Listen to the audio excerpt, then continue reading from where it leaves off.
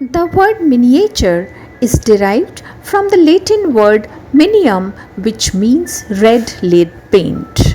This paint was often used in the illuminated manuscripts during the Renaissance period. It is generally confused with the word minimum, which would mean that they were small in size. Miniatures are small and detailed paintings. Technique of miniature painting. There are several preconditions that are necessary to be fulfilled for making a miniature painting. The painting should not be larger than 25 square inch. The subject of the painting would be painted in not more than 1/6 of the actual size. For example, an adult head of 9 inches would not be more than 1.5 inches. In most of the Indian miniature paintings, the human figurine is seen with the side profile. They usually have bulging eyes, pointed nose and slim waist. In the Rajasthani miniatures, the skin color of the characters is brown, while in the Mughal paintings they are generally fairer. Furthermore, the color of divine beings like Lord Krishna is blue. When women figurines have long hair and the color of their eyes and hair are generally black. Men wear traditional clothes and have a turban on their head. Early miniatures. As discussed earlier, miniature paintings were small paintings with minute details. They were often painted for either books or albums on perishable material, including paper, palm leaves, and cloth.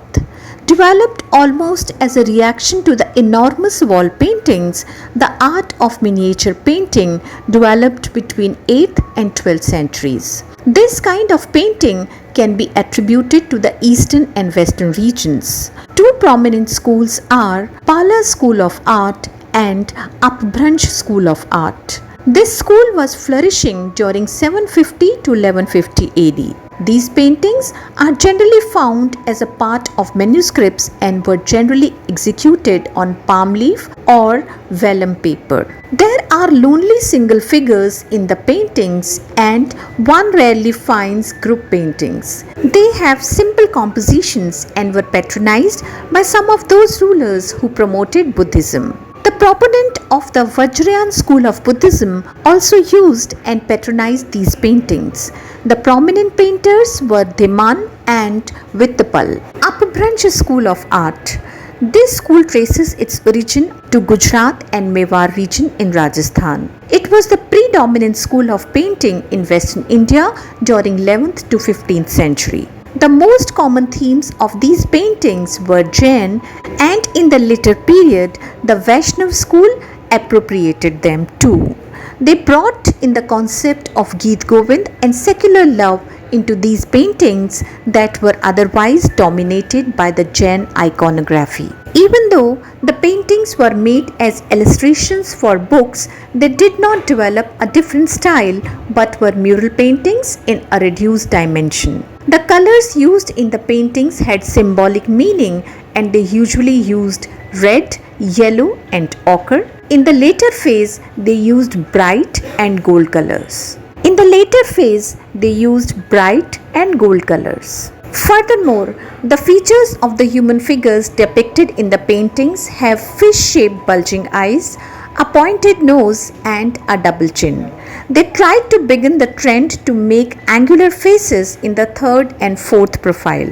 The figures are usually stiff and even the ornamentation is carefully done. The female figurines have enlarged hips and breasts.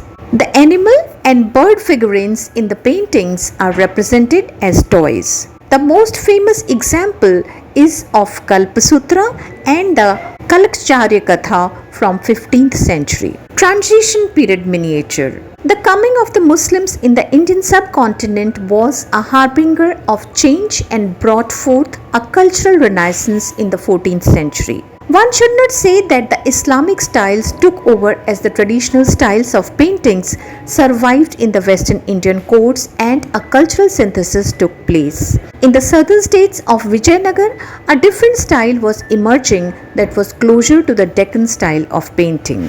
Miniature art during Delhi Sultanate. These paintings tried to bring together the Persian elements of their origins with the Indian traditional elements.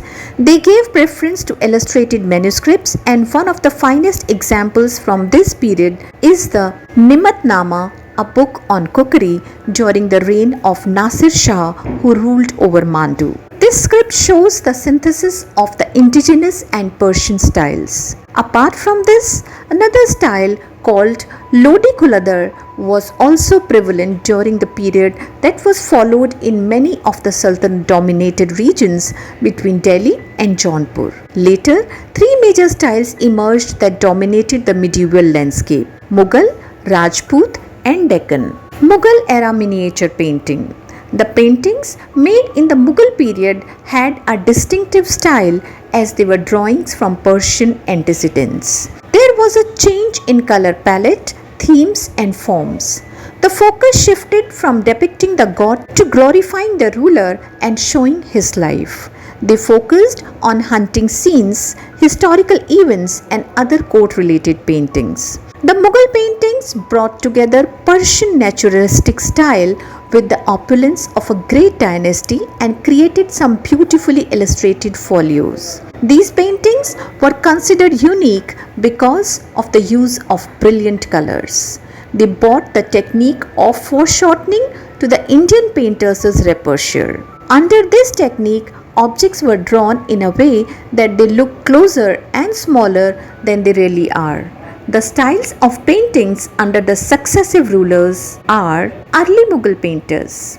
Babur is said to have patronized the Persian artist Behzad, who made some illustrations of the Mughal family tree. Humayun, who was a great patron of arts, came to the throne at a young age. He was interested in paintings and building beautiful monuments.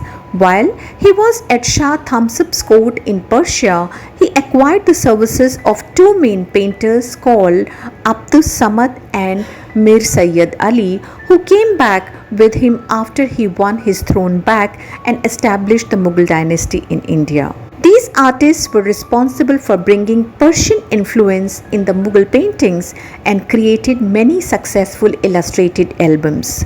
During Akbar's reign, they created an illustrated manuscript called Tuti-Nama, Tales of a Parrot. Akbar was responsible for establishment of an entire department devoted to the paintings and scribing of his documents.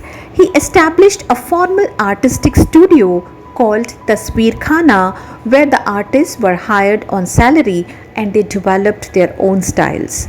Akbar also recognized the beauty of those Indian artists who had worked for previous rulers and invited them to work in his Tasveer Khana. Hence, the Indian influence started in the Mughal paintings. The defining features of paintings in Akbar's period are the use of three-dimensional figures and the continued use of foreshortening. Furthermore, the artists encouraged the use of calligraphy in the paintings.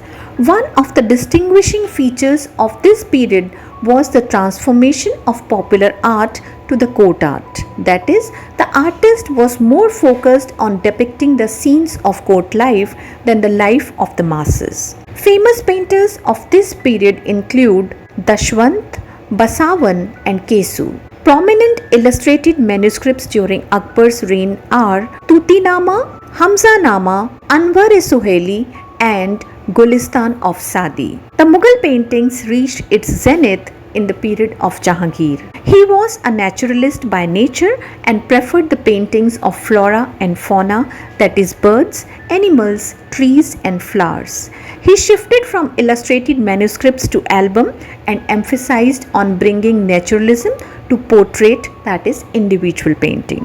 One of the unique trends that developed in this period was the decorated margins around the paintings that was sometimes as elaborate as the paintings themselves. Jahangir was himself considered to be a good artist and he had his own private workshop, although no major work by him survives. His atelier mostly created miniature paintings, and the most famous amongst them were the naturalistic paintings of the zebra, the turkey and the cock. One of the most famous artists from his period was Ustad Mansoor, who was an expert in drawing the features of the most complex faces.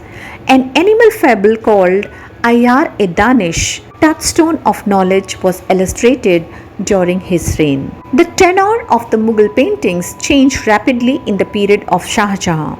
Unlike his father and grandfather, who liked naturalistic depictions, Shah Jahan liked creating artificial elements in the paintings. It is said that he tried to reduce the liveliness of the paintings and bring in unnatural stillness, as he was inspired by the European influence. He encouraged the artist to draw the sketch using a pencil. He also ordered to increase the use of gold and silver in the paintings. Hence, we can say that the Mughal atelier was enlarged during his reign but changed a lot in style and technique. Aurangzeb did not encourage painting. As a result, large number of Mughal court painters started migrating to the provincial courts in Rajasthan, etc. Hence, during the reign of Aurangzeb, there was a sharp decline in the activities of painting. If you want to know more about Indian history and culture, please leave the topic in the comment box so that we can come back with it. If you have liked the video, please like, share and subscribe. Thank you.